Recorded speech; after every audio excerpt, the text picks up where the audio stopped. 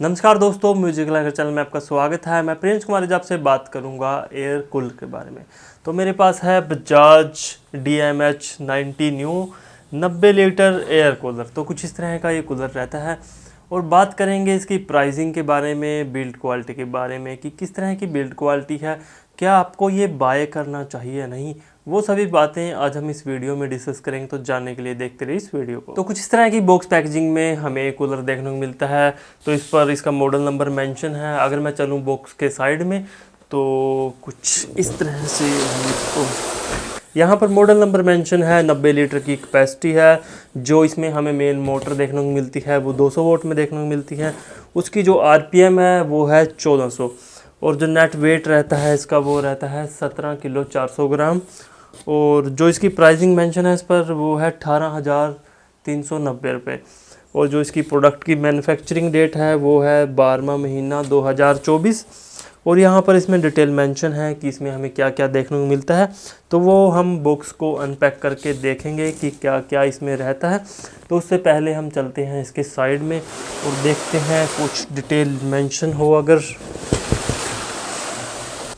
तो अगर हम चलें साइड में तो साइड पर मेंशन है एंटी बैक्टीरियल हेक्साकूल टेक्नोलॉजी। और यहाँ पर मोटर के डिटेल मेंशन है। जो वाटर पंप है वो उसका नेम इन्होंने रखा है ड्यूरामरीन पंप विद 2 ईयर वारंटी के साथ। जो हमारी मेन मोटर है उसकी जो वारंटी है 1 ईयर की है। जो वाटर पंप है उसकी 2 ईयर की हमें वारंटी देखने को मिलती है। तो यहाँ पर कुछ और डिटेल मेंशन है जैसे कि टर्बो फैन टेक्नोलॉजी। और यहाँ पर इस पर मेंशन है कि जो इसका एयर थ्रो है वो है 27 मीटर। आइस चैम्बर दिया गया है। 3 स्पीड कंट्रोल है। 3 side cooler master. Power air delivery of 5600। तो इस बॉक्स को ओपन कर लेते हैं और देखते हैं हमारे मेनली कूलर के बारे में।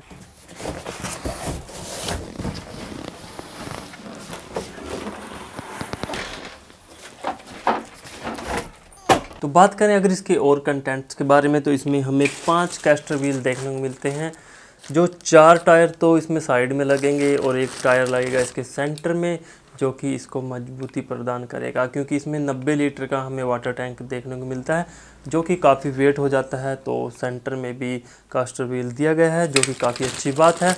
अगर मैं चलूँ और आगे तो इसमें हमें पेपर वर्क्स देखने को मिलते हैं जैसे कि इसमें यूज़र गाइड दी गई है और एक इसमें वारंटी कार्ड दिया गया है जो आपको संभाल कर रखना है इसकी वारंटी क्लेम के टाइम पर। तो अब हम चलते हैं कूलर की तरफ। तो कुछ इस तरह के विंग्स हमें इसमें देखने को मिलते हैं। जो आगे की ओर विंग्स हैं इनको हमें मैनुअली कंट्रोल करना पड़ता है। जो अंदर की ओर विंग्स दिए गए हैं उसको हम इस बटन के साथ कंट्रोल कर सकते हैं। वो ऑटोमेटिकली दोनों डायरेक्शन में एयर थ्रो करेगा। तो कुछ इस तरह से एक क्लोज हो जाता है, कुछ इस तरह से हम इसे ओपन कर सकते हैं। और अगर मैं चलूँ ऊपर की साइड तो इसमें हमें फ़ैन को ऑन करने के लिए 3 स्पीड में बटन्स दिया गया है। और जो सेकंड बटन है वो रहता है पंप के लिए। जो हमारा वाटर पंप है उसको ऑन ऑफ करने के लिए बटन दिया गया है। और जो तीसरा बटन है वो रहता है स्विंग, जो एयर थ्रो। अगर आप दोनों डायरेक्शन में एयर थ्रो चाहते हो तो आप इसे ऑन कर सकते हो। इसमें अंदर जो हमें एक्स्ट्रा विंग्स देखने को मिलते हैं वो रोटेट होंगे और एयर थ्रो दोनों डायरेक्शन में हमें देखने को मिलेगी। और अगर चलें हम आगे की ओर तो इसमें हमें 3 इंडिकेशन लाइट देखने को मिलती है, पावर ऑन के लिए और वाटर पंप के लिए और स्विंग ऑप्शन के लिए। जब हम इन ऑप्शन को यूज़ करेंगे तो ये लाइट भी यहाँ पर जग जाएंगी। तो आपको आइडिया लग पाएगा कि इसका वाटर पंप है ऑन है या ऑफ़ है, या फिर जो स्विंग मोटर है वो ऑफ़ है या ऑन है। तो ये काफ़ी अच्छा फीचर मेरे को लगा। और अगर मैं चलूँ नीचे की ओर तो नीचे की ओर इसमें हमें वाटर लेवल दिया गया है जिससे हम आइडिया लगा पाएंगे कि कितना वाटर इसमें फिल हो गया है और कितना इसमें रह गया है। तो कुछ इस तरह से वाटर लेवल दिया गया है। अगर मैं चलूँ इसके साइड में तो साइड में कुछ इस तरह से हमें देखने को मिलता है। अगर मैं बात करूं साइड के बारे में तो साइड में हमें हनीकॉम्ब पैड दिए गए हैं। तो अगर हम इस सेक्शन को खोलना चाहते हैं तो ऊपर की ओर 2 स्क्रू दिए गए हैं। इनको हम स्क्रू ड्राइवर की मदद से या फिर कॉइन की मदद से भी ऐसे रोटेट करके इसे ओपन कर सकते हैं। और यहाँ पर लॉक दिए गए हैं जिनको हम कुछ इस तरह से अनलॉक करके ओपन कर सकते हैं। तो इस कूलर में हमें वाटर ऑटोफिल देखने को नहीं मिलता। यहाँ पर एक पॉइंट दिया गया है, आप सुराख करके एक्स्ट्रा से लगा सकते हैं, बट कंपनी फिटेड नहीं है। तो ये मेरे को थोड़ा अजीब लगा कि ये पॉइंट इसमें नहीं है। मोस्टली सारे कूलरों में आ ही रहा है ये। और अगर मैं चलूँ बैक साइड में, तो बैक साइड में भी तो कुछ इस तरह से हमें बैक साइड में देखने को मिलता है। अगर हम इसे ओपन करना चाहते हैं तो पहले हमें साइड पैनल को ओपन करना पड़ेगा, फिर आप इसे ओपन कर सकते हैं। तो ये बैक साइड वाला सेक्शन काफ़ी कॉम्प्लिकेटेड रहेगा ओपन करना। अगर मैं बात करूं इसकी वायर की, तो वायर इसमें हमें आपको आइडिया लग पाएगा। वायर थोड़ी छोटी है, थोड़ी बड़े साइज में हो सकती थी, बाकी ठीक है जो दे दिया इन्होंने क्या ही कर सकते हैं। तो नीचे की ओर इसमें हमें वाटर भरने के लिए ये पॉइंट दिया गया है, तो आप इसमें मैनुअली वाटर फिल कर सकते हैं। तो कुछ इस तरह से बैक साइड में रहता है। अगर मैं चलूँ साइड में, तो साइड में भी सेम वही है यहाँ पर जो दूसरे सेक्शन में था। अगर मैं चलूँ ऊपर की ओर, तो ऊपर की ओर हमें आइस चैम्बर देखने को मिलता है। तो मैं आपको ओपन करके दिखा देता हूँ कि किस साइज का हमें आइस चैम्बर देखने को मिलता है। तो काफ़ी छोटा आइस चैम्बर है अगर मैं क्रॉम्पटन के साथ कंपेयर करूँ। बाकी ठीक है, ओवरऑल बिल्ड क्वालिटी में काफ़ी अच्छा कूलर मेरे को ये लगा। तो एक बार मैं आपको साइड सेक्शन भी इसका ओपन करके दिखा देता हूँ। तो आपको कुछ इस तरह की डायरेक्शन में इसको रोटेट करना है क्लॉकवाइज। तो क्लॉकवाइज करने के बाद आपको कुछ इस तरह से इसे ओपन करना है। स्क्रू ड्राइवर की मदद से आप इसे ओपन कर सकते हैं। तो इसमें नीचे भी लॉक दिए गए हैं, तो मैं उनको भी अनलॉक कर लेता हूँ। तो कुछ इस तरह से हमें ये हनीकॉम्ब पैड देखने को मिलता है, और मैं आपको इसकी थिकनेस भी दिखा देता हूँ कि किस तरह की रहती है। तो कुछ इस तरह की लुकिंग में हमें हनीकॉम्ब पैड देखने को मिलता है। तो कुछ इस तरह से हमें अंदर की ओर से कूलर देखने को मिलता है। तो जो ये सेक्शन है, ये हनीकॉम्ब पैड पर वाटर डालता है। कुछ यहाँ पर इसका सेक्शन दिया गया है, और जो ऑटोमेटिकली विंग्स काम करते हैं उनके लिए मोटर यहाँ पर दी गई है, जो कि इनको रोटेट करती है। अगर हम बात करें इसके ब्लेड के बारे में, तो हमें प्लास्टिक मटेरियल का ये ब्लेड दिया गया है, और इसमें 5 विंग्स हमें देखने को मिलते हैं। तो कुछ इस तरह से हमें देखने को मिलता है। अगर मैं चलूँ अंदर की ओर, तो अंदर की ओर मैंने इसमें पानी को फिल कर रखा है।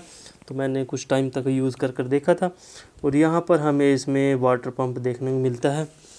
अगर मैं बात करूं इनको क्लीन करना, जो इस तरह के कूलर हैं काफ़ी जो कम साइज़ में देखने को मिलते हैं, इनको क्लीन करना थोड़ा कॉम्प्लिकेटेड होता है, क्योंकि जो मोटर का सेक्शन है वो कुछ इस तरह से दिया होता है। हाथ डालना थोड़ा मुश्किल होता है।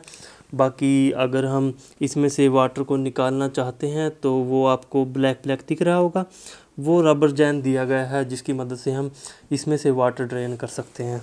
तो वो हम इस कूलर की नॉइज़ को चेक कर लेते हैं कि किस तरह की नॉइज़ प्रोड्यूस करता है। तो रूम की जो इस टाइम नॉइज़ है वो है तकरीबन 20 dB। तो हम इसको ऑन करके देखते हैं और देखते हैं कितनी नॉइज़ होती है। तो हम इसको सबसे पहले 1 मोड में चलाते हैं।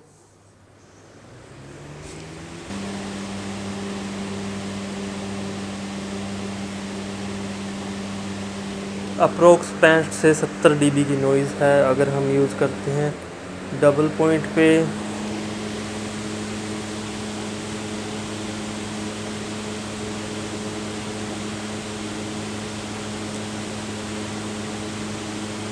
तो तकरीबन 70 dB की नॉइज़ रहती है। और अगर हम 3 पॉइंट पर यूज़ करते हैं,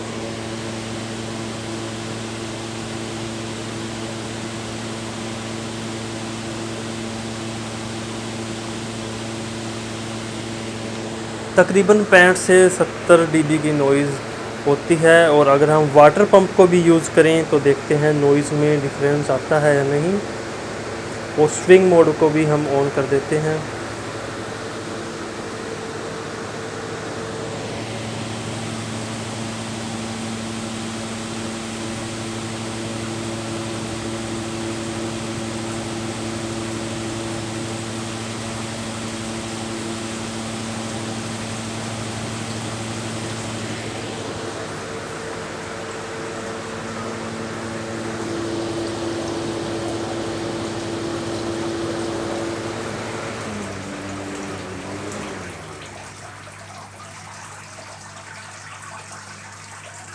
तो अगर हम फ़ैन को ऑफ़ कर दें और वाटर पंप की नॉइज़ देखें तो आपको आइडिया लग पाएगा किस तरह की वाटर पंप की नॉइज़ रहती है।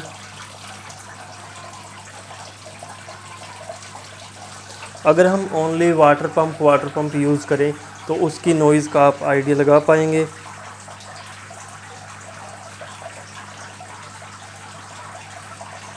तो हम बात कर लेते हैं इस कूलर की प्राइसिंग के बारे में। तो मैंने इसे परचेज़ किया है अमेज़ॉन से। उस टाइम पर इसकी प्राइसिंग 10,999 रुपये थी और मेरे को एक कूपन मिला था अमेज़ॉन से 1200 रुपये, जिसकी मदद से मेरे को कैशबैक मिल गया और मैंने ICICI क्रेडिट कार्ड ले रखा है तो 5% मेरे को वहाँ से डिस्काउंट मिल गया।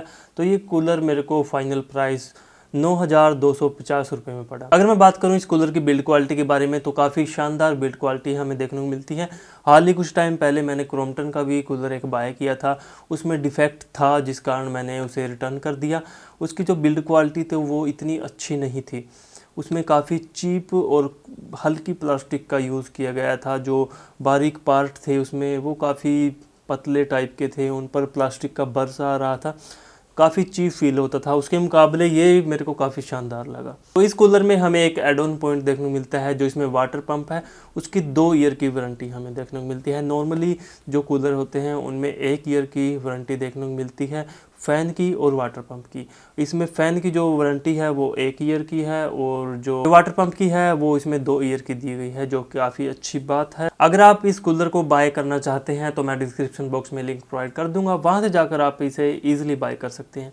अगर ये वीडियो आपको अच्छी और फ़ायदेमंद लगी तो हमारे चैनल दी म्यूजिकल हैकर को सब्सक्राइब कर लीजिए कुछ इस तरह की इंटरेस्टिंग वीडियो देखने के लिए।